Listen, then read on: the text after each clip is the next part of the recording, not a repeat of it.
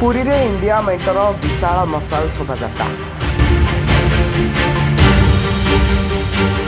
खनि एवं खनिज विकास और नियंत्रण संशोधन आईन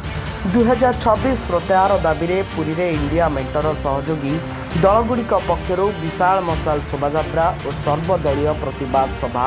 आयोजित हो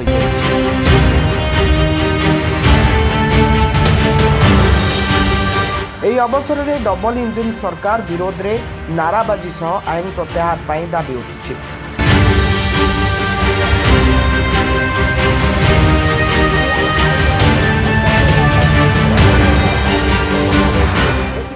सरकार जो भाया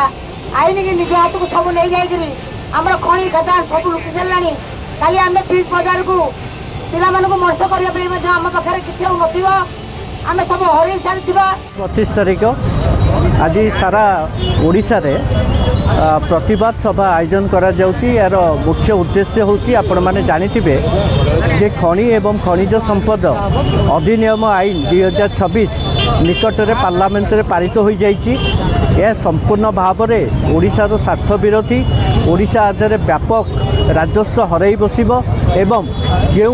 टिकस फल आम ओडिशार सर्वांग उन्नति होउथिला एवं आम आशा करथिलु आगकू आहुरी अधिक उन्नति होबा आ बदरे आमर आशा ये धूलिसात हो जाइछि एवं एथिपाई संपूर्ण भाव में दायी ये जो फाशीबाद सरकार चलछि एथिपाई सेठी प्रधानमंत्री नरेंद्र मोदी दायी एठी मुख्यमंत्री मोहन माझी एवं सबुठु विस्मयर कथा सबुठु आश्चर्यर कथा जो ओडिशा जो खनिज संपद रे भरपूर एवं प्रति जिले में जो आम खनिज संपद रे टिकस प्रति विपुल राजस्व आम पाउलु से अंचल जाइथिबा सांसद माने पार्लियामेंट रे चुपचाप बसले ए विरुद्ध रे एकमात्र पार्टी खोलिरे नाही। एथिरे ओडिशार जो क्षति होबाकू जाउछु ता विरुद्ध रे सारा राज्य रे प्रतिवाद सभा आयोजन करा जाइतिला। एथिरे इंडी मेटर समस्त सहयोगी दल विशेष करी भारतीय जातीय कांग्रेस एवं कम्युनिस्ट दल गुड़िक एकाठी होई प्रतिवाद करथिले। ए प्रतिवाद सेप्टेम्बर 9 तारिख पर्यंत चलिबो एवं सेप्टेम्बर 9 तारिख रे राज्य रे एक विशाल कन्वेंशन हेबो एवं ए आईन जो पर्यंत ए कला आईन जो पर्यंत प्रत्याहार न करा जाइछि से पर्यंत ए आंदोलन चालू रहे। पुरी रे देखिबाकू मिलिछि इंडिया मेंटर सहयोगी दलगुड़िकर शक्ति प्रदर्शन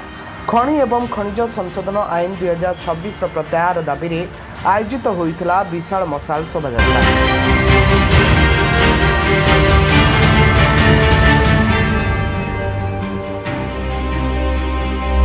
पर अनुष्ठित होइथिला सर्वदलीय प्रतिवाद सभा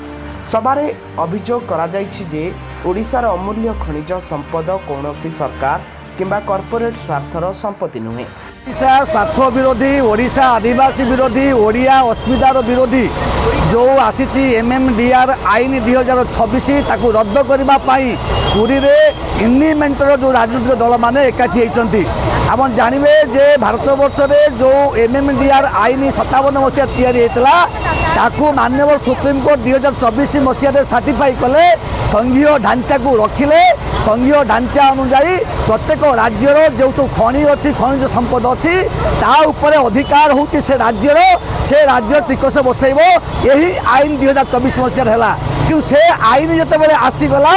टाटा कंपानी को आरंभ कर आदानी अंबानी ता सहित सेल ये कंपानी मान लाभ पाई भारत सरकार मोदी सरकार नुआ आईन लोकसभा आनिले वितर्क नक जो लोक मैंने नथिले से पारित करदे आईन रे परिणत करदे बर्तमान एवं सबुठ बड़ कथा हूँ ओडिशार 20 जन एमपी होती बीजेपी 20 एमपी भितर जड़े एमपी ओडिशा पाई ओडिशार स्वार्थ पाई ओडिशार लोक मानी ओडिशार राजस्व अभिवृद्धि पाई कहीं पार्टी खोलले नहीं समस्ते पार्टी रे कवर देदेले सब ताला देदेले जे अंतपक्षे ए आईन पास हो गला ए आईन पास हवा द्वारा 134,000 कोटी टका बकेया नष्ट हो गला ता ओडिशा को आसी था बकेया पैसा एबे आसंता दिन में जहाँ खଣି उत्तोलन हम जहाँ खଣି बिका हम एशा सरकार गोटे टंका भी पाइब ना रॉयल्टी ये क्या स्वार्थ में बीजेपी सरकार डबल इंजिन सरकार क्या स्वार्थ में ओडिशा काम करुँचा आज लोके चिंता करिया दरकार तो डबल इंजिन सरकार माने डबल विपद आसी ओडिशा लोक मान आज एमएमडीआर आईन 2026 बल आम कहूँ जे आईन को रद्द करा जाऊ पुनराय लोकसभा ए आईन उपर आलोचना हो पुनराय ओडिशा विधानसभा डका जाऊ ओडिशार अस्मिता उपरे ओडिशा राजस्व उपरे ओडिशार संघीय ढांचा उपरे ओडिशार सांविधानिक अधिकार उपरे आलोचना करने अंत पुनराय अंतपक्ष विधानसभा डाकिकी ए आईन को रद्द करने प्रस्ताव पारित हो यह ओडिशावासी अधिकार और भविष्यर संपद बोली मत प्रकाश पाई